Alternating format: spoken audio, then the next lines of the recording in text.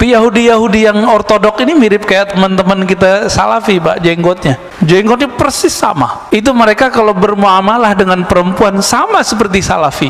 Jadi kalau ada perempuan datang ke komplek mereka, itu nggak boleh pakaian sembarangan. Dan kalau nanya itu orang-orang Yahudi ortodok ini nggak berani lihat perempuan. Dan perempuan tidak boleh beribadah seperti laki-laki di tempat-tempat ibadah. Persis seperti Salafi. Salafi kan ngelarang perempuan juga ke masjid, ya nggak? Bener nggak? Ya, sebaik-baik tempat sholat perempuan tuh di kamarnya, begitu dalam tradisi Salafi, ajaran Salafi. Sama, jenggotnya sama. Jadi kalau mau memahami surat Toha, kisah Sayyidina Musa ngambil jenggotnya Sayyidina Harun, nah itu lihat Pak, Yahudi ortodok tuh jenggotnya sepanjang itu, diambil langsung sama Sayyidina Musa alaihi wassalatu wassalam. Adapun perkataan yang mengatakan bahwa orang yang berjenggot panjang, semoga tidak ini yang dimaksudkan, semoga tidak ini perkataan, mungkin ada redaksi saya tidak dengar langsung. Ada yang mengatakan mirip dengan orang Yahudi ortodoks. Ya, ini maklum dari hadisan yang kadzab memang. Ya, dustanya tidak sekali ini, sudah terlalu banyak dustanya. Maka nasihat yang perlu kita sampaikan, kalau belajar ngajarkan ilmu, hindari berdusta. Tidak perlu memfitnah. Antum sampaikan dalil, bahkan dalih sekalipun, sampaikan dalil tanpa memfitnah orang lain. Karena orang yang suka memfitnah, hablul kadhibi qasir, tali dusta itu pendek, tidak kuat mengikat, nanti terlepas dia. Maka nasihat saya kepada siapapun dai yang tak sepakat sekalipun, tolong berdakwahlah dengan ilmu, kemudian buktikan dengan amal. Jangan kita berkoar-koar kita ahlus sunnah yang sesungguhnya, tapi sunnah kita belakangi. Jangan kita katakan kita pengikut salaf yang asli, yang lain talaf misalnya,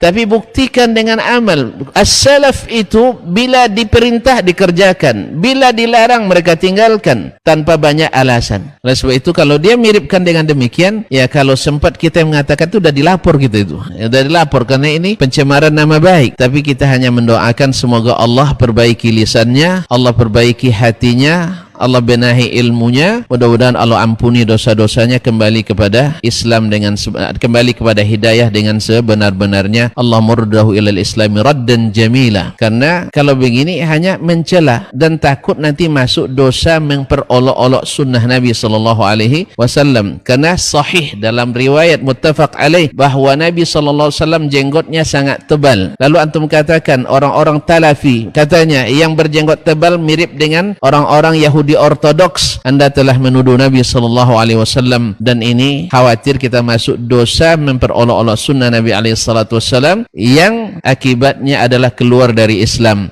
Oleh sebab itu semoga Allah kembalikan lisannya menjadi lisan yang shadiq, hatinya menjadi hati yang mukmin, dan matanya jangan selalu berkhianat, pura-pura memuji tetapi melambung ke atas lalu dihentakkan ke bawah. Dari mukaddimahnya sering bagus, masya Allah kita tidak membenci, tapi di dalamnya disuntik dengan racun arsenik yang mati pasti walaupun pelan dan tidak diketahui. Semoga Allah SWT berikan hidayah kepada siapapun yang mengatakan ini, karena dustanya sudah terlalu banyak disebarkan di media sampai mengatakan siapa yang pelajari tauhid buku Syekh Muhammad Saleh Al-Fauzan nanti akan menciptakan zombie-zombie yang siap mengisap darah kaum muslimin. Ini fitnah, auzubillah. Ini fitnah, auzubillah. Fitnah, auzubillah. Tadi kita sudah katakan berapa banyak sekolah kita yang mengajarkan itu, alhamdulillah tak ada zombie. Dan siapa yang naik dan umroh dan haji ke Makkah dan Madinah, alhamdulillah tak ada yang hilang akalnya karena stres melihat zombie-zombie yang berjalan di sana. Allah musta'an. Tapi subhanallah masih banyak juga yang supporternya, banyak juga followersnya, banyak juga subscribersnya. Semoga Allah SWT berikan kita ilmu yang sahih,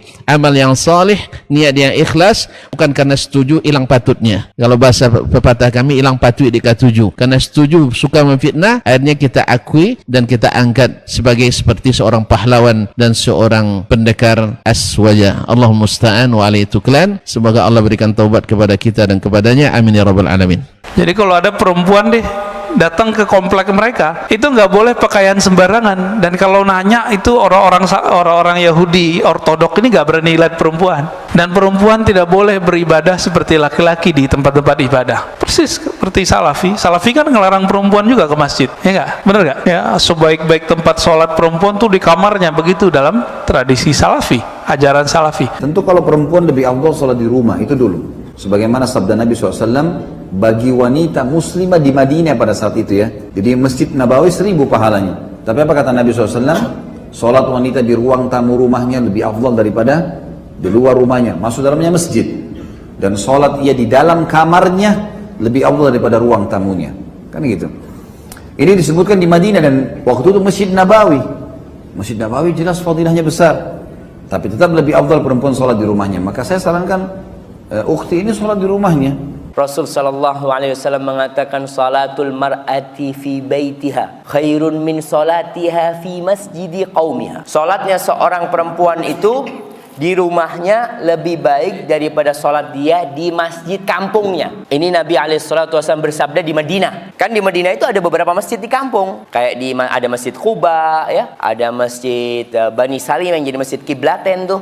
Sebagian sholat di sana, tapi sebagian ingin sholat di Masjid Nabawi. Di Masjid Nabawi pahalanya berapa? 27 kali 1000 sekali sholat di sana. Kalau berjamaah tinggal ditambahkan. Maka para wanita ingin sholat di Masjid Nabawi. Nabi mengatakan sholatnya dia di rumahnya lebih sallallahu alaihi wasallam lebih baik daripada sholat dia di masjid kampungnya. Wa sholatuha fi masjidi qaumiha khairun min salatiha fi masjidi. Dan sholatnya wanita di masjid kampungnya lebih baik daripada sholat dia di masjidku, kata Rasul sallallahu alaihi wasallam. Jadi kalau dikatakan sholatnya wanita di rumah 27 bukan 27, lebih baik dari 27. Kalau dia di masjid dapat berapa? 27 dia dapat. Kalau di rumah lebih dari itu. Makanya perempuan nggak perlu iri. Kadang-kadang ada wanita yang iri sama suaminya. Bang, itu enak banget kok bang. 27 terus, anak cuma dapat 1 gitu dia. Kadang-kadang seperti itu. Tapi wanita boleh sholat di masjid. Bahkan para suami haram hukumnya melarang istrinya ke masjid. Rasul sallallahu alaihi wasallam mengatakan la tamna'u ima Allah masajidallah.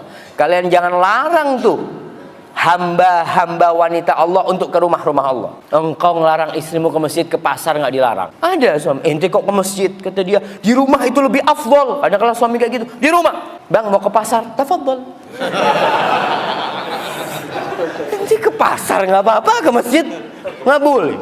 Ke pasar itu tempatnya setan yang seharusnya dilarang. Udah, engkau nggak perlu ke pasar, ana yang ke pasar. Masya Allah, itu suami yang baik.